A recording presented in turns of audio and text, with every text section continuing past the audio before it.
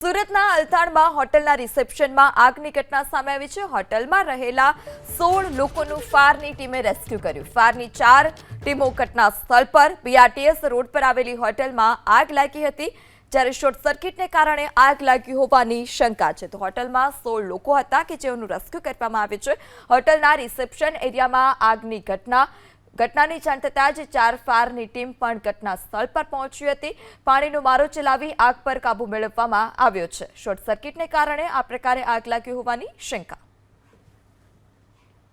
સુરતના અલથાણમાં હોટલના રિસેપ્શનમાં આગની ઘટના સામે આવી છે। હોટલમાં રહેલા 16 લોકોનું ફાયરની ટીમે રેસ્ક્યુ કર્યું। ફાયરની 4 ટીમો ઘટના સ્થળ પર બીઆરટીએસ રોડ પર આવેલી હોટલમાં આગ લાગી હતી, જ્યારે શોર્ટ સર્કિટને કારણે આગ લાગી હોવાની શંકા છે। તો હોટલમાં 16 લોકો હતા કે જેઓનું રેસ્ક્યુ કરવામાં આવ્યું છે।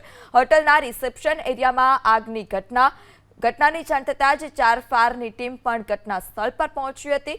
પાણીનો મારો ચલાવી આગ પર કાબુ મેળવવામાં આવ્યો છે। શોર્ટ સર્કિટને કારણે આ પ્રકારે આગ લાગી હોવાની શંકા।